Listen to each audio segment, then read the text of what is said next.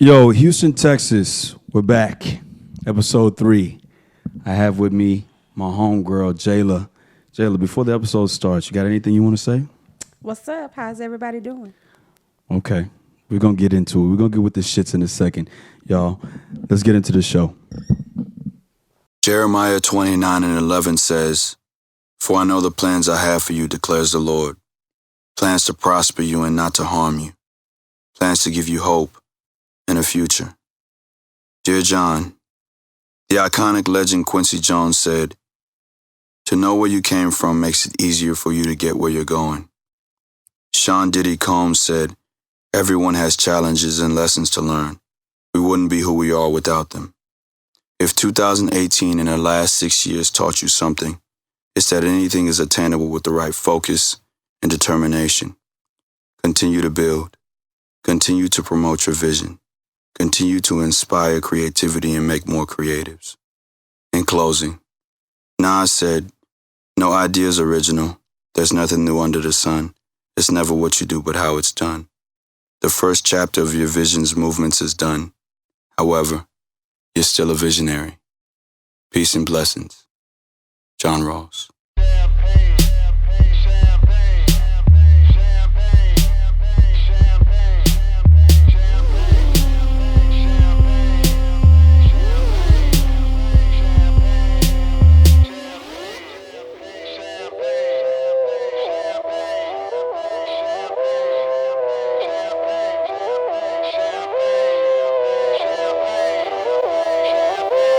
Yo, it feel like 95, Sachi on my body, Biggie, Jigger, Puffy, all that ballin' is a hobby, and I'm wildin' in my wallies, and them valleys, no Pilates. Houston, Texas, we're back. Welcome to the What's Next podcast, a production of Still Visionary Inc. My name is John Ross Dike, and before we get started with the episode, we want to introduce our social media handles. You can follow me on Instagram and on Twitter at John Ross Dike and still_visionary. The website is up. I hope that you have seen episode 2, heard it, seen it, and done what you need to do to be caught up. Episode 1 is now playing too on the SoundCloud and iTunes app. But to my immediate left, we got my homegirl, sister, second time around that she's done my podcast. And let's get into her right quick before we get into the shits. Jay, what's up? Nothing. What's going on, Jala? I'm chilling, man. I'm here grinding, you know. Always. And you know that's right. By the way, Houston, Texas, before Black History Month ends this week, make sure that you have got you some form of apparel from my website. I got these I Am Black History shirts on sale right now. Inbox me or hit me on Instagram for the details. But Jayla, like I said, let's get with the shits. Okay. What's the shits? Are you the next Shonda Rhimes? I would like to think so, but I would want to be the next Jala World. Jayla World. Yeah, in my own rights. No doubt. Speaking to that mic, please. Okay. Yeah, so I asked that because I'm doing a new podcast now. What's Next? It's a podcast made by a creative for the creatives. And what I want to do on the podcast is I want to bring on creatives and talk about their journeys, talk about why they do what they do, and what's next for them. So, like I said before, this is our third go-around, maybe fourth go-around that we've worked together. Yeah. And we'll show some kind of a clip of a project we did together. Okay. One of your projects that I was in, because a couple of aspects of being a creative is not only are you doing the creating yourself, but you're also creating a character, which is what I play and what I've played in your project. So let's talk about it. Why do what you do? That's a hard question, Jay. I mean, that's like you saying, why do you breathe? It's like, all I know how to do is write. Mm-hmm. So It's just something that comes second nature. So, Houston, me and my sister here, I first met Jayla when did I first meet you again? I was auditioning for a project. Yes, you auditioned for a project. That had to be in 2010. 10? Because I was pregnant. Okay. We did that, yeah. So that was 2010. And your daughter's how old now? She is 8. 8. She'll be 9 this year. Yeah, she'll be 9 in Okay. November. So I first met Jala auditioning for another project, and I'm in a better place now, so I can. I'm in a better place now, so I can fully talk about that project. Don't need to mention any names, but I'm in a better place now, and from there, I came to audition for Love Is. Yeah. And we did Love Is how many times? We did Love Is, the stage play, twice. 2 shows each time, so 4 times. Mm-hmm.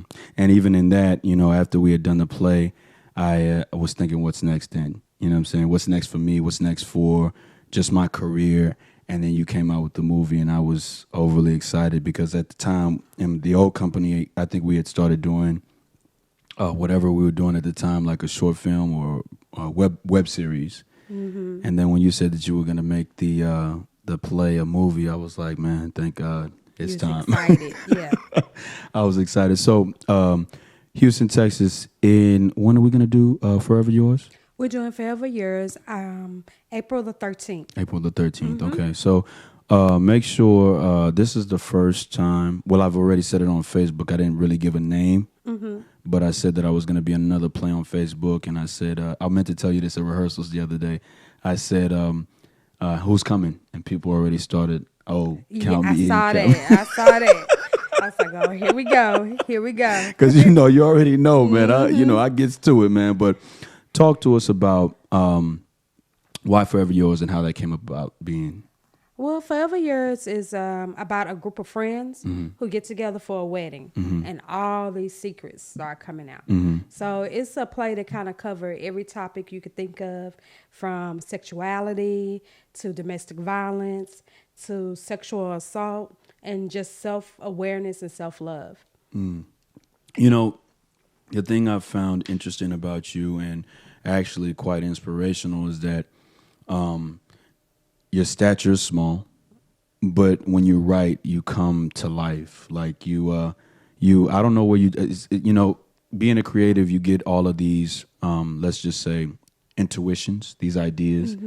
And I love the way you put it together. I love the way you vocalize it and write it. Can you take us through the process of what it's like to create a project? Well, usually, the project comes from several different places. But majority of the time, it comes from just a everyday conversation with certain people. And I just listen to what people have to say, just what's going on in their life, and that will spark an idea. So from that point, once I get the idea, I'll do a rough outline, start creating the characters, and then I have such a great group of friends that give their input and tell me what they think, their opinions, what I need to work on, how we need to bring it together. Let me interrupt you right quick because I don't have any manners. You being a guest on the show for the first time on the What's Next podcast, I have this gift to present to you. It's a Still Visionary Inc. T-shirt. I like to make sure that I impart some of the company onto whoever comes on as just a reminder that you were here. So that's a shirt. I hope you enjoy it and rock it. Tell people where you got it from.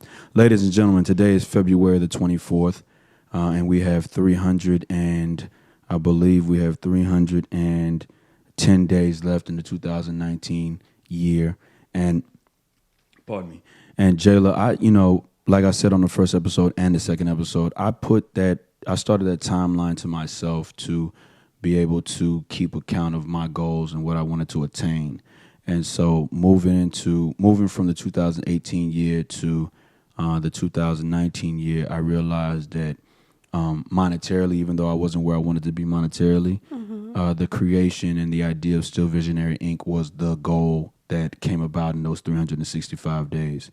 In the next 310 days, where do you see yourself and what do you want to do? Well, I definitely want to grow Jala World Productions even more, but I also want to start working with a lot of other different producers, directors, and writers. I got a couple of short ideas that I want to put in works. A short film, probably in the middle of this year. We're going to finish Forever Yours.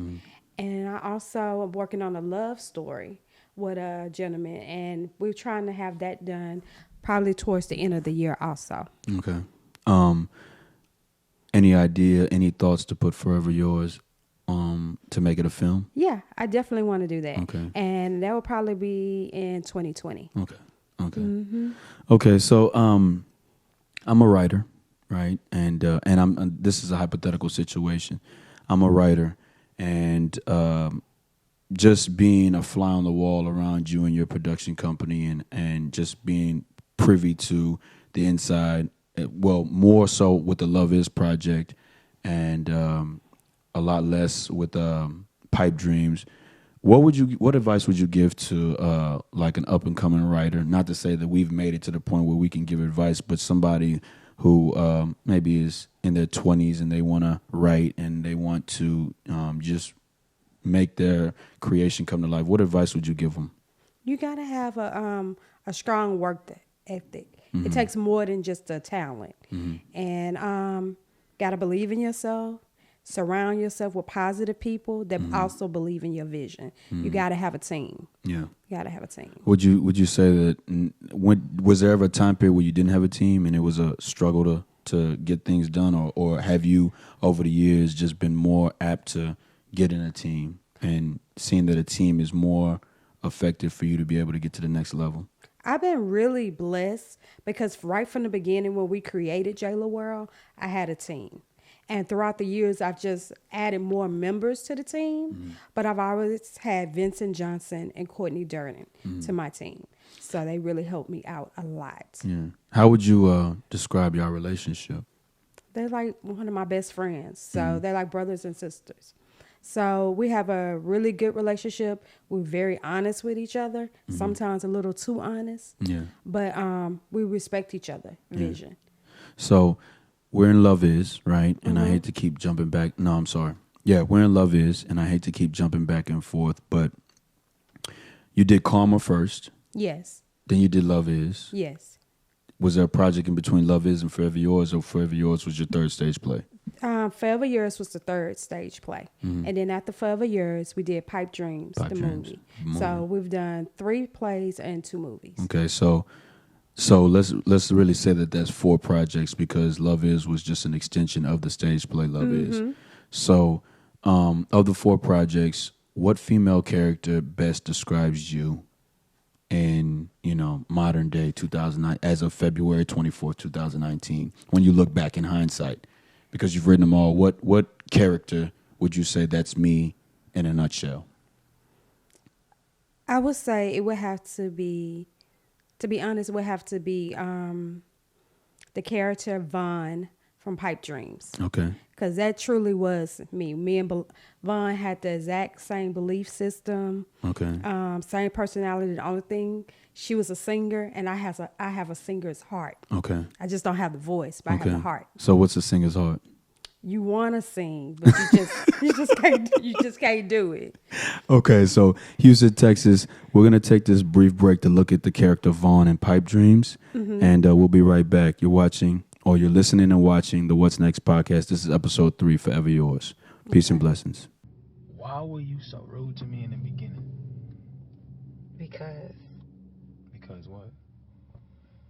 You're trouble. Trouble? Nah, not me. Yes, you. What? Your brother told you something about me? Lee doesn't talk about work, but he has much respect for you. I'm not talking about that kind of trouble. So what you talking about? You're a heartbreaker. I can feel it in my spirit. Listen. I'm a gentleman. I don't set out to break nobody's heart. I don't intentionally set out to hurt anyone. I never said you did it intentionally. So what you saying? You're like fire. Okay, women are instantly drawn to you. And it's easy to get caught up in you. But if you touch the flame, you will definitely get burned. But you want to touch it anyway.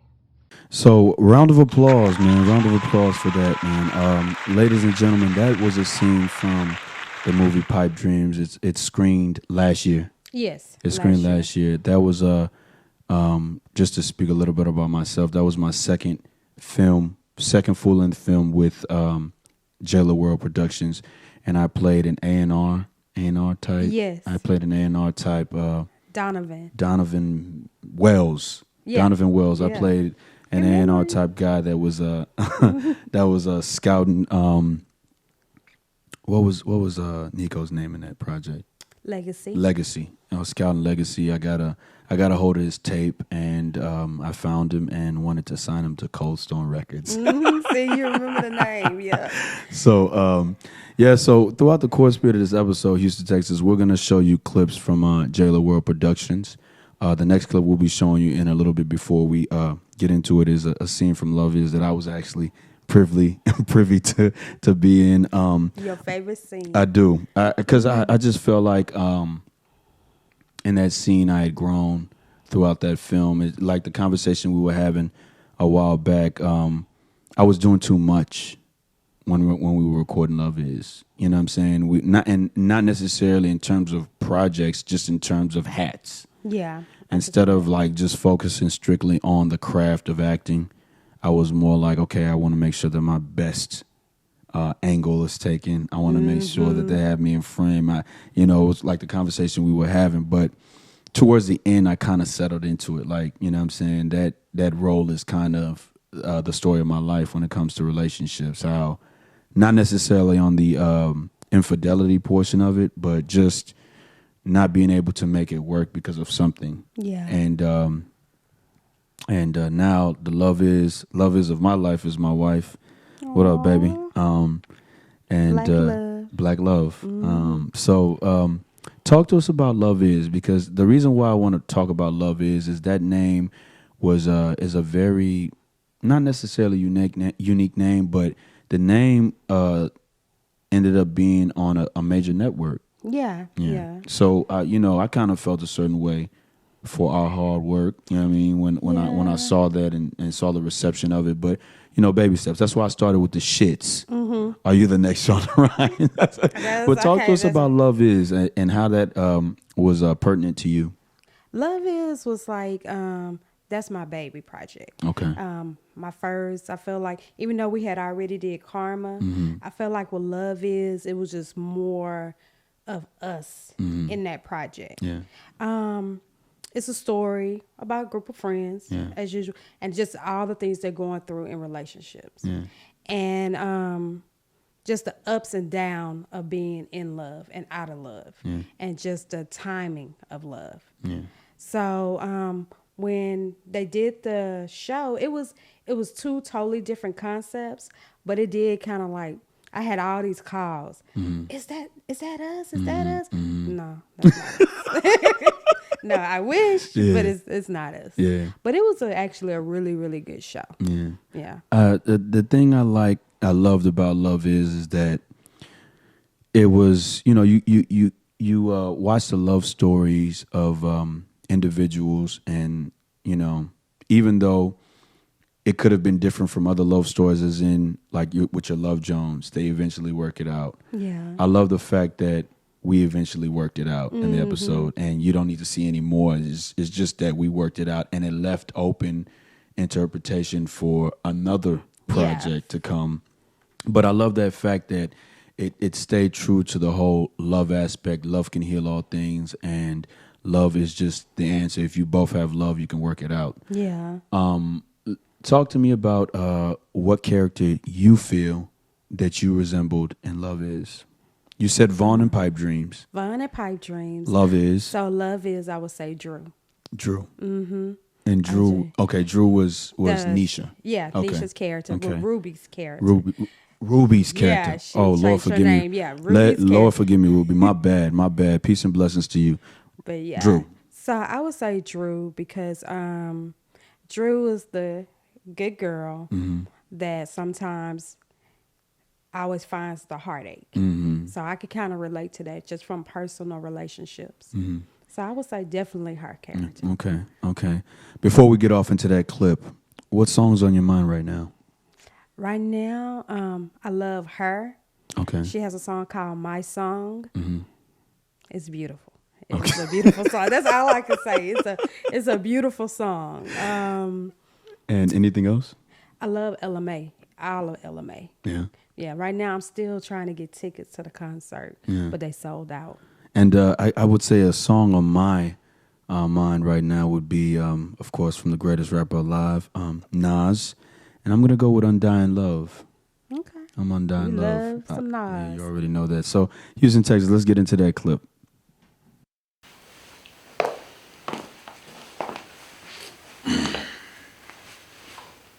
You look really beautiful. You are always so full of compliments. I think of you every day. I know it's been a while, but I think of you a lot, and I miss you. Don't. All right? Not here. Drew, no matter how hard I try, I cannot forget you.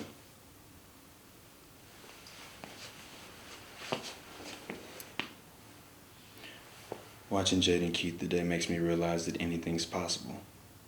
Love isn't perfect, but it can conquer all things. I didn't want to leave here today without letting you know what's in my heart. And what's in my heart is you, Drew.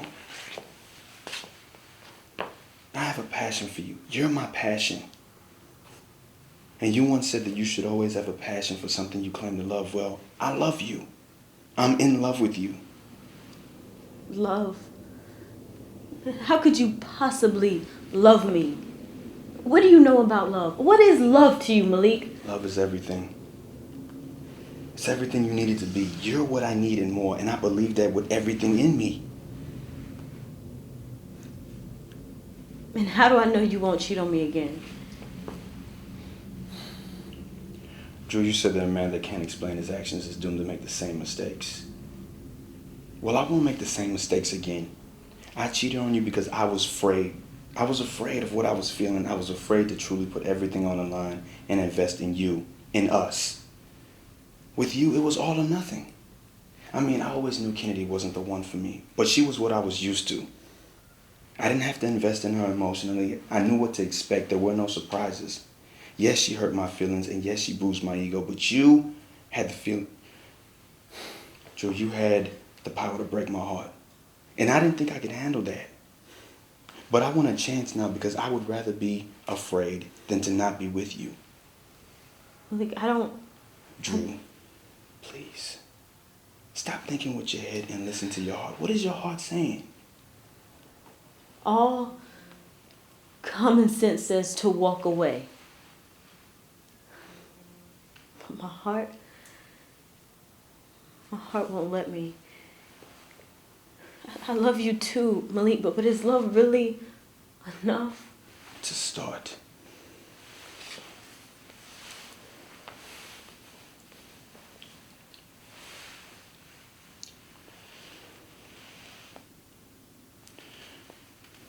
So do you think love is enough? Yes. So, round of applause for that one, man.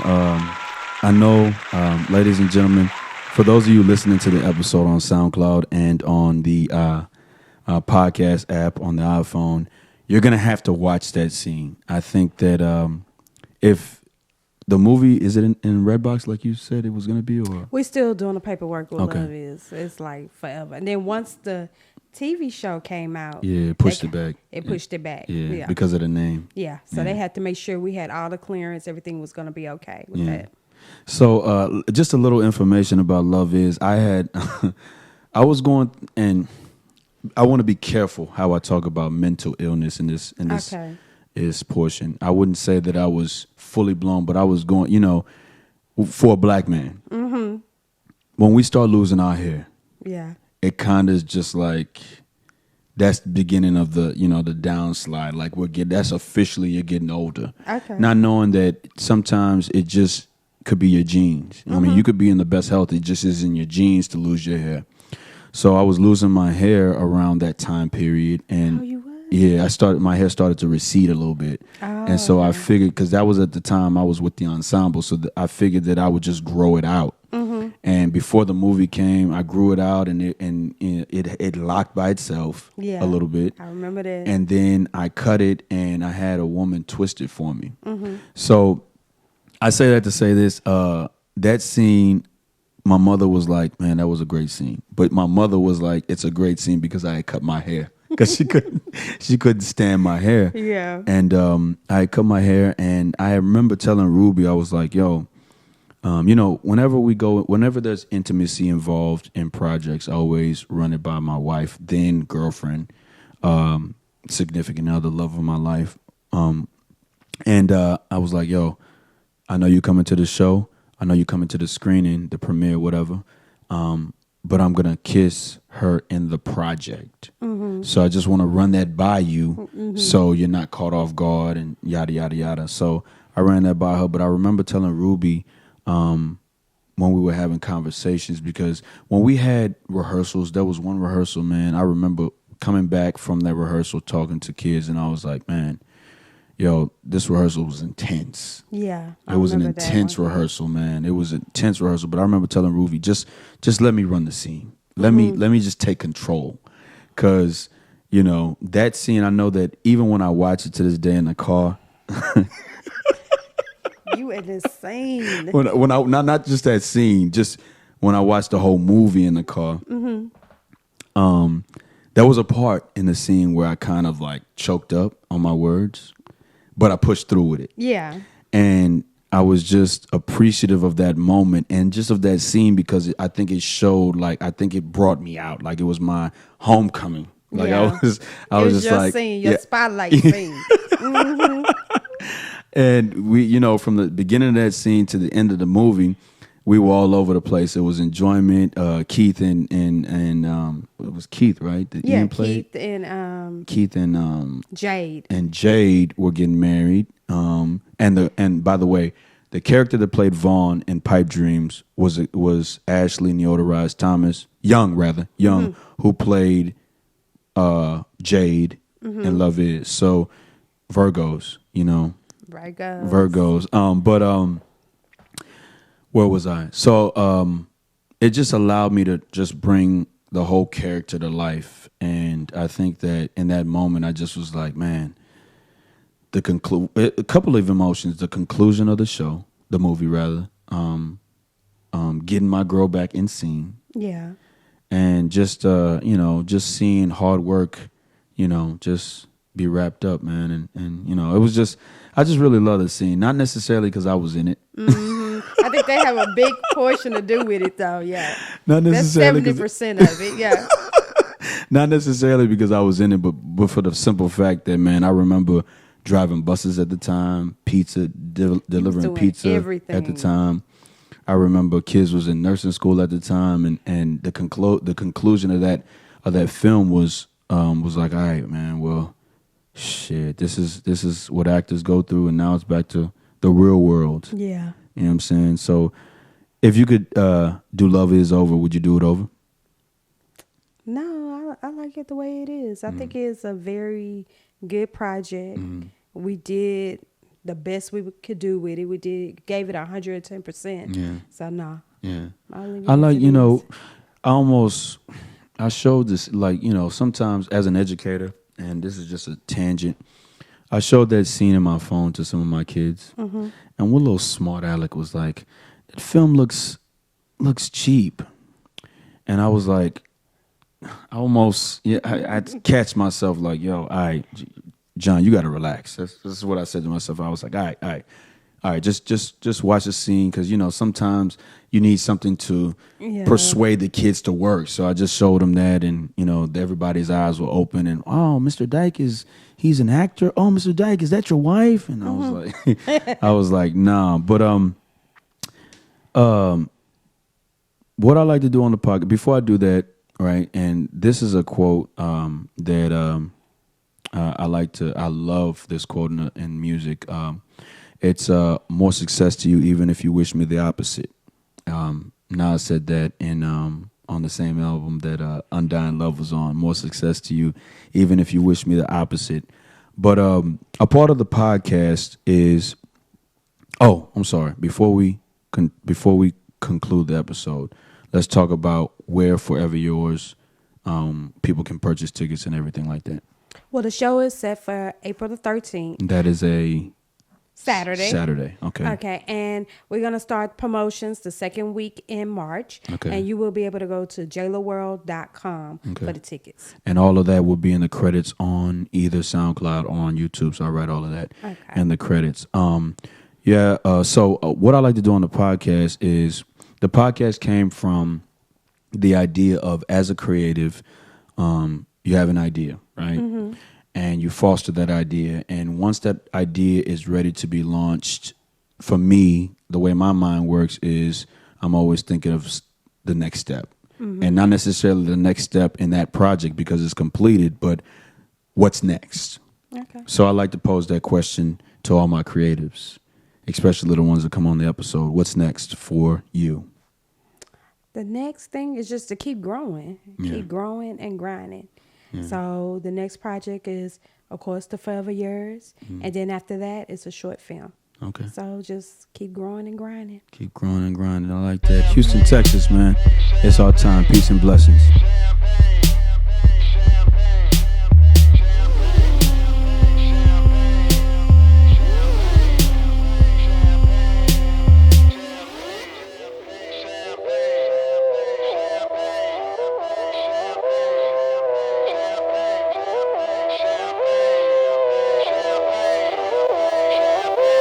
Yo, it feel like 95, Sachi on my body, Biggie, Jigger, Puffy, all that ballin' is a hobby. And I'm wildin' in my wallies, and them valleys, no Pilates. More wet, get you more wet. Nah, that's these Bumanti. My crystal ball, I see crystal, I crystal y'all with that. I saw the sign like Ace of Spades, that Ace of Spades get cracked me like cheers to the money guys, the Willie niggas who buy them bottles, and then they spill these liquors. Yo, salute my dude. I see you, dawg. 5 bottles, 1 dick. Why I need 2 bras? I know I'm out of line, but love is shower time. You know it rose rain when your cloud is 9. Get off that high ass hussy. This a private party. Been on my dick too long. Your breath on private party. You gon' be nice or naughty. These walls on priceless art.